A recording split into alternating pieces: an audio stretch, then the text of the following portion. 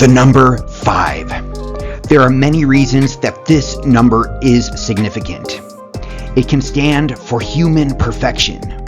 A pentagon is formed when a person's arms and legs are outstretched to form a pentagon along with its head, dominating the 4 limbs. It also symbolizes individuality and spiritual aspiration. But that's not what I'm talking about. This 5 just represents the number of people I was talking to at a convention, and one person was a psychologist. The conversation led me to this very important intellectual question. Have you ever seen a squirrel take a dump? No? Neither have I.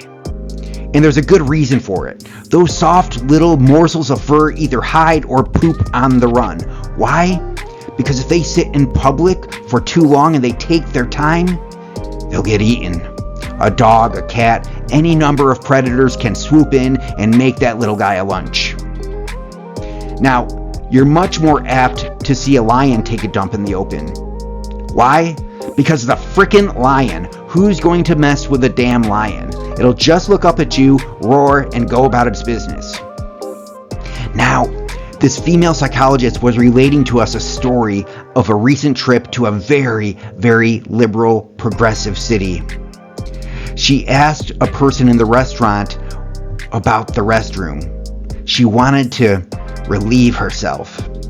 So then she entered a space where there was a male leaning against the wall, relieving himself. It was a unisex public bathroom with very little privacy.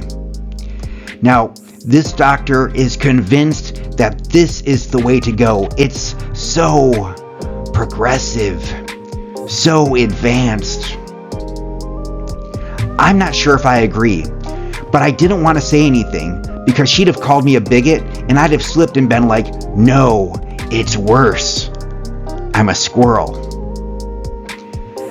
I think we're more like squirrels than we want to admit.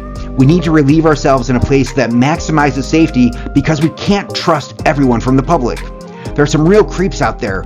Having your pants down around your ankles with a dookie peeking halfway out while flipping through your cell phone is a vulnerable position to be in.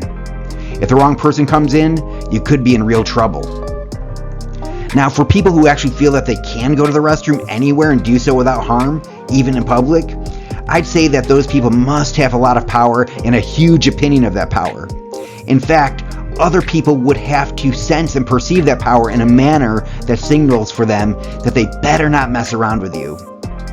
Now, in reality, very few people actually have that kind of F-off power, not even celebrities. So I'm on the fence about unisex bathrooms in schools and in public, but if it's a trend, if it happens, at least have private stalls with proper locks and doors, as well as a camera in the common sink area. And if the policy is going to require this of businesses, policymakers should be willing to offer grants and pay for the restroom designs, which I still believe is bonkers, especially when we're still wired to be squirrels and fearful of predators. So today's obituary is for resting in peace the idea of safe gender-separated public bathrooms, especially if this trend towards them doesn't stop. Many of us won't feel comfortable, not because we're bigots, but because we're more like squirrels, we're vulnerable human animals, and we need to vet others to trust them.